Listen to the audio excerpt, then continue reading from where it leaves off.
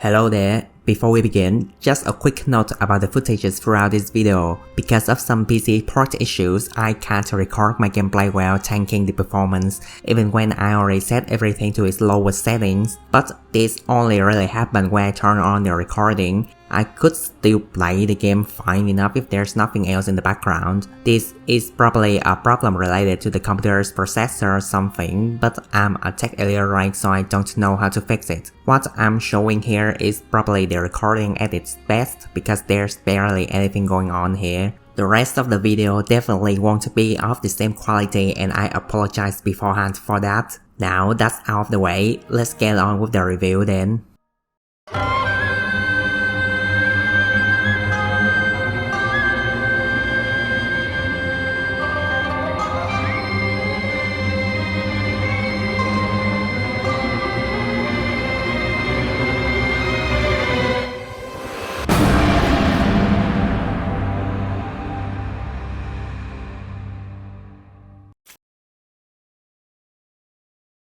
So, you might be wondering, is Warlong Fallen Dynasty just Nioh free in China settings like many other YouTubers would like you to believe? No, not exactly. The game took a lot of design elements and animations from Nioh, sure, but its core gameplay is different enough that it would be pretty wrong to call it Nioh free. Instead of mastering myriad of different mechanics the game throws at you like in Nioh, Warlong is more about understanding your weapons, studying the enemy's behaviors, and a bigger focus on parrying and counter-attacking. In this game, your moveset consists of a normal attack string, a heavy attack called spear attack, one special attack, 2 if the weapon you're using is of higher rarity. These special attacks are called martial arts and are dependent on the weapon you're using. You can equip up to 4 spells at any given time and the spell belongs to 5 virtues of fire, water, wood, earth, and metal, with each virtue has its own niche, like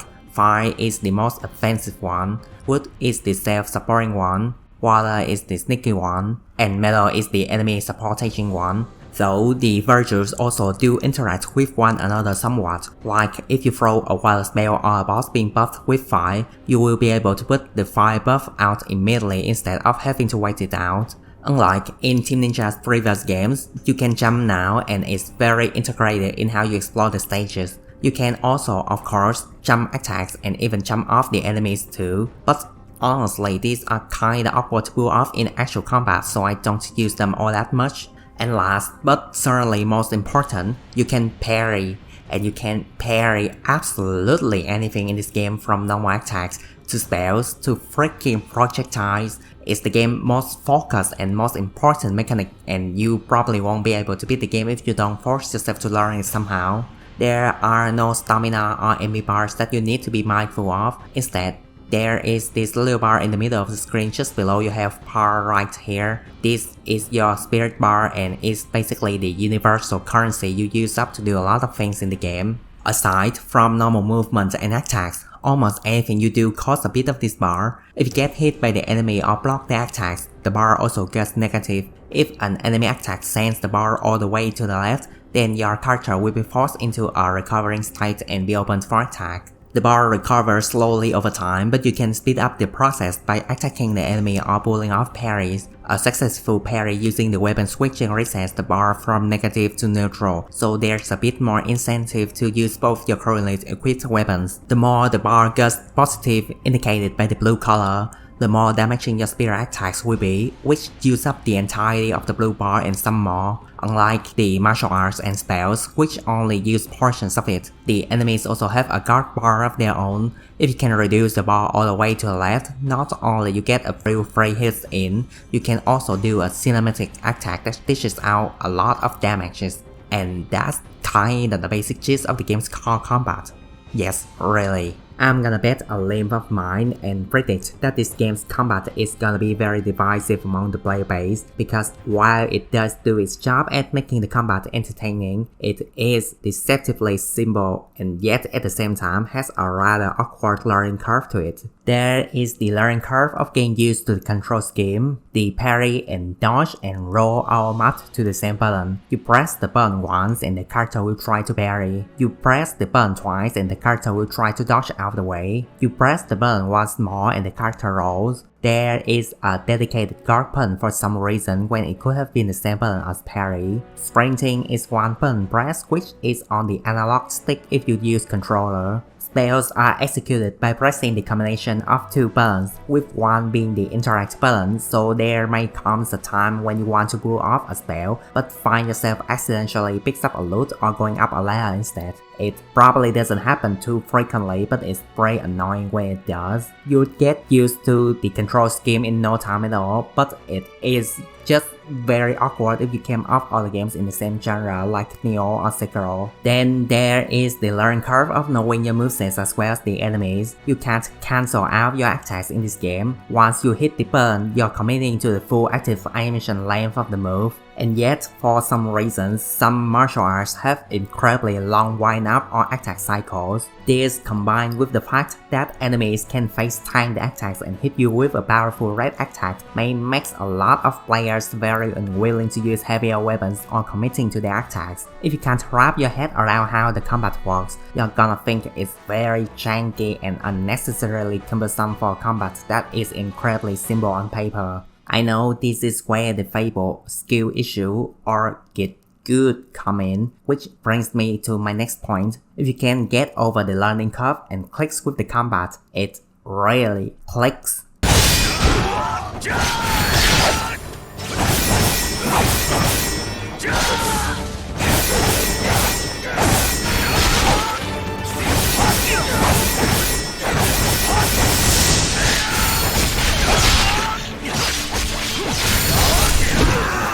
Being able to parry absolutely anything from normal attacks to spells to even freaking projectiles from any direction and hearing all the clink and clank is just incredibly fun and plot pumping. And when you're reaching the end of the game, finding yourself being able to push through waves of enemies or bosses that you used to have so much trouble dealing with early on is just absolutely fantastic and satisfying. Unfortunately, that is gonna be all the unfiltered phrases that I could give to the gameplay. I know I'm about to say a lot of the game's flaws out loud like I'm dunking on it, so I must repeat myself here. When the game is fun, it is incredibly fun. The invasion especially looks like a blast with players pulling off attacks and parrying and wuxia maneuvering all over the place. It's just that when you're not having fun, a lot of the game's flaws are very apparent. First, let's talk about the one thing that I know will ruin a lot of people's fun with the game, the morale system. This little number in the middle of the screen right here is your morale. For story missions, you always start at 0 and it goes up whenever you defeat an enemy or pull off a successful parry of a red attack. The higher your morale is, the more damaging your attacks against enemies with low morale. And with high enough morale, you can gain access to a variety of spells to boost your offense even further. However, your morale can go down if you got hit by a red attack, and if you got killed then it resets all the way back to when you first started the stage. To prevent your morale from falling down too low, you need to raise flags at certain points throughout the stage. The big flags are basically checkpoints and let you respawn there whenever you die, so they are pretty hard to miss. But there are also small flags that are more hidden away in corners that you may need to go out of your way to find. On paper, the morale system sounds nice since it seems like it rewards people who play the game well or carefully explore the stage instead of rushing towards the bosses, but in practice it is anything but rewarding. This entire morale system basically 1. Punishes bad players by making the game too difficult for them, because having morale lower than the enemy boosts the enemies up, and the difference of 5 morales can mean a one-shot from absolutely anyone. 2. Punishes good players by making the game too easy for them, because high morale boosts the player way too much that low morale enemies pose absolutely no threat at all.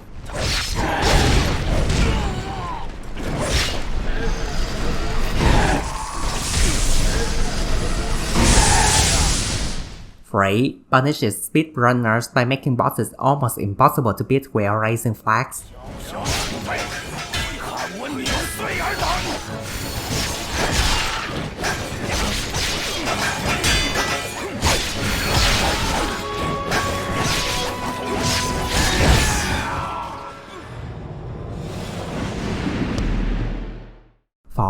prevents a poor victory run because a majority of your toolkit is gated away by morale levels. 5. Makes replaying stages a huge chore because you need to find the flags over and over again. Like, why? Whose genius idea is this? If the gameplay is somehow rated a 10 out of 10, then this morale system alone brings it down to an 8. It's just that bad. There is an easy fix to the morale system, and that is to make it a timed buff-debuff mechanic instead of making it last a whole stage. If you manage to bury a red attack or perform a spell that hard counters the enemy, then your character gets a morale up buff that raises their stats and maybe accesses to EX versions of martial arts and spells. If you got hit with a red attack, then your character gets a morale down debuff that lowers their stats, and that's it. They're a system that rewards good players and punishes bad ones while poaching down everything else in the game. Problem solved. The enemy variety is also on the lower side. When you've reached the middle of the game, you've basically already seen all of the enemies the game has to offer, and all that's left are the bosses.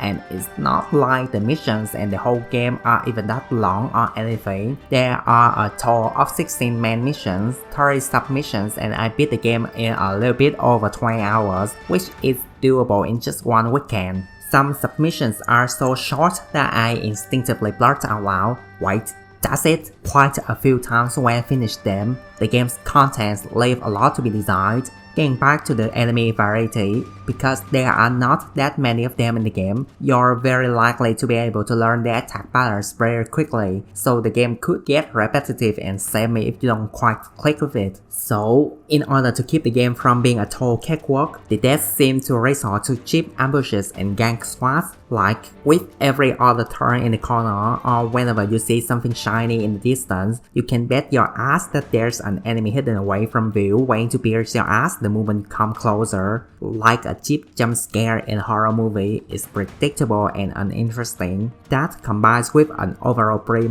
meh stage design and the random loot drops just make exploring pretty much just a track and not worth the effort if it wasn't for the fact that you need to find flags to raise your morale. Speaking of random loot drops, the game really shouldn't have had that in it. This is a game element that was carried over from Nioh, and it only really makes sense in that game because in it, loots have level to it and stages with higher difficulties give better loot. In this game though, the equipment doesn't have levels like the players, just upgrade levels, and the only thing matters is their rarities, which indicates how many bonuses the equipment can offer, and you are totally free to upgrade these bonuses as well as the equipment's upgrade levels by visiting the blacksmith. So, the moment you found the equipment of your liking, you can just stick with it for the rest of the game and not bothering to take a look at the loot you pick up ever again. The game just doesn't seem like it knows what to do with the loot system. What the game should have done instead is making specific equipment hidden in certain places or dropped by bosses, and the random drops are just gems that give certain bonuses that you can craft onto the equipment. That way, players would still have incentive to grind out their perfect gear sets without the menu being absolutely cluttered with garbages. Shame too, because it's not like the exploration in this game is that bad anyway. The stages usually have many different levels of diversity, where the normal route is the grand one that might lead you into ambush groups, but if you look carefully around enough, you might find paths above your head that allow you to go past the group or even ambush them in return. Oftentimes, there are also branching paths for you to choose, with one being the shorter path but has one or a few stronger enemies waiting in your path, and the other being the longer one with many more but quicker enemies. And the path you choose to take is a testament of how brazen you can be. However, these stage design elements are kinda random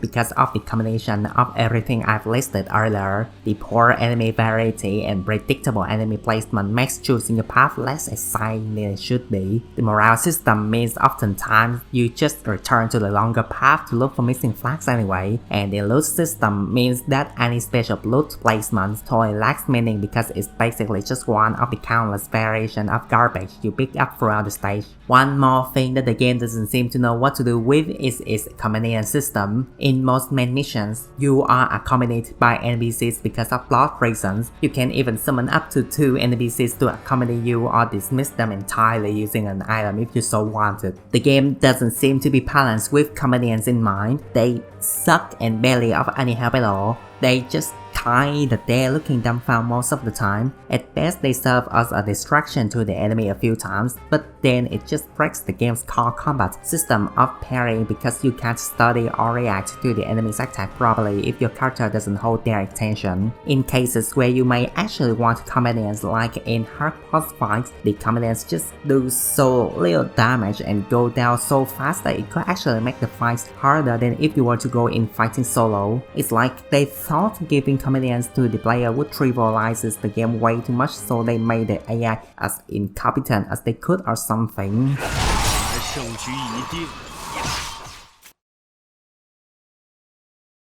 Warlong's story is very loosely based on the novel Romance of the Three Kingdoms, just without, all the demons and golden spirit and elixir stuff. The game seems to expect you to already be familiar with the source material somewhat, as characters come and go all the time. Names are constantly given out like candies and story bits develop at breakneck speed. The actual game story itself isn't that difficult to follow, but it's very hard to really care about the plot developments and characters if you're a complete newcomer to the Three Kingdoms, because it just seems like the characters drift from one battlefield to another without much motivations aside from the reasoning that is, because that's what the plot told them to do.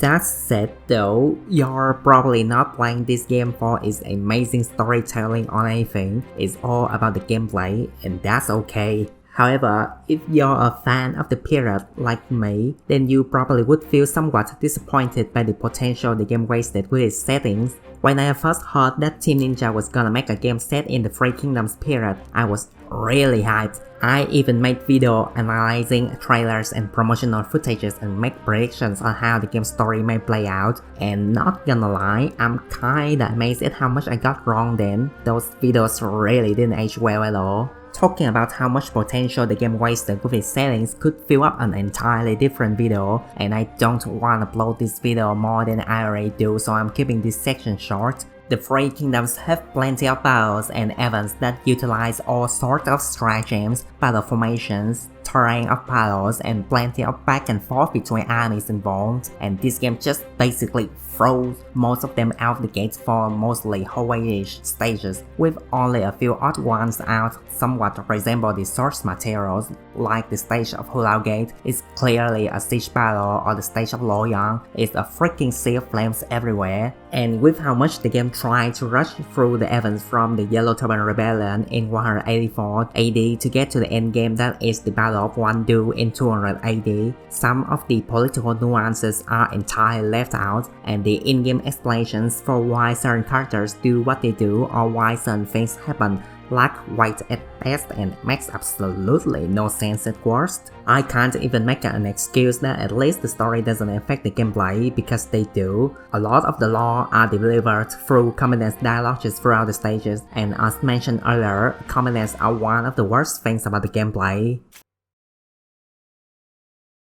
If you look around the Steam reviews at launch, then you could see the game was received pretty badly, one of the reasons being the game performing like ass with constant frame drops and stutterings among other issues, which is really hard to understand why the game is the way it is, because it's not like the game looks that taxing, graphic-wise anyway. The whole game obviously doesn't look as bad as the footages I'm showing you, because like I said earlier, recording my gameplay tanked the game's performance, but even looking at the actual game at its normal graphical quality settings, it just looks rather dated and very last gen. There are a few rather colorful and comfy looking stages like the Tingchu Mountain and the Hermit Village, but all the stages just look really muddy and monotone, and aside from the obvious landmarks that also serve as checkpoints, the majority of the stages just look pretty samey and boring, which just makes exploring even more unfun than it already is.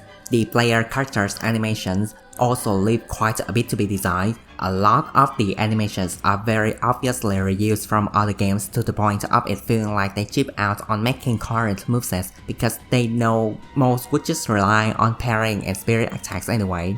Some animations like anything related to jumping just look so awkward and unsatisfying to pull off. Some animations that's supposed to look cool like the parries and the final blows wear off their coolness really fast because of how much they are used. It is extra disappointing when you realize that their player character only really has one final blow animation for all monsters, normal ones and bosses, and the animation is shared across all weapons. Like, why the fuck would you stab the axe with the blunt part like it's a sword? Fucking hell, man. Human bosses animations though are mostly very well done with some really sick and powerful moves, especially Lubu's and Zhang. They are also two of the best bosses in the game, not surprisingly. Dongjua is also a rather well done and fun boss too, surprisingly enough. Hands down the best thing about the game, you know a game's music is good when the first thing that greets you is this.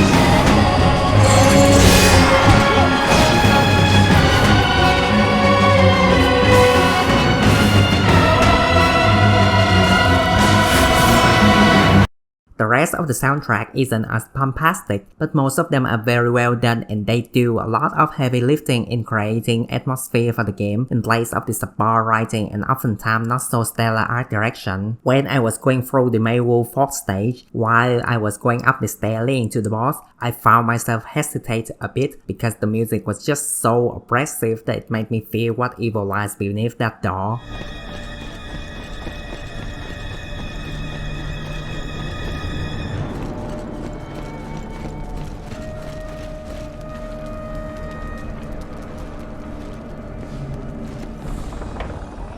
The boss themes are all intense and get your blood pumping and your body ready for all the weapon clashing that occur throughout the fight. Speaking of which, the sound effects are all superbly done. The clanks and clangs of a successful parry are incredibly empowering, and every time you manage to parry a red attack, the sound effects just makes me go, yes, I just parried that shit, man. And for whenever your speed bar got reduced all the way to the left, the sound effect conveys so much weight to it that it almost always sends me into panic mode. A lot of information are conveyed perfectly through the sound effects, like whenever you hear the sound, you just know that you've been spotted even without your eyes seeing any enemy. In short, normalize praising the sound team. Not many people do that for video games.